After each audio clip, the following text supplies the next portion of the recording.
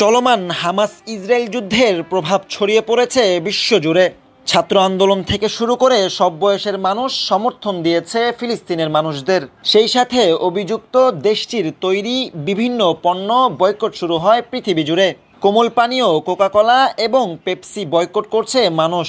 এ অবস্থায় কোকাকোলা ও পেপসির বিকল্প হিসেবে প্যালেস্টাইন কোলা নামে আরেকটি পানীয় বাজারে বেশ জনপ্রিয় হয়ে উঠেছে। মূলত ফিলিস্তিন বংশোদ্ভূত সুইডিশ ৩ ভাই এই ব্র্যান্ডের মালিক।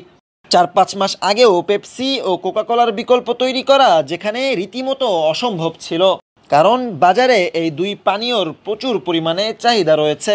সঠিক সময়ে সঠিক সিদ্ধান্ত নেয় পানীয়টি বাজারে আসার মাত্র ২ মাসের মধ্যেই বিপুল মুনাফা অর্জন করতে সক্ষম হয়েছে। ২ মাসের মধ্যে বিক্রি পৌঁছেছে প্রায় ৪ মিলিয়ন ক্যান।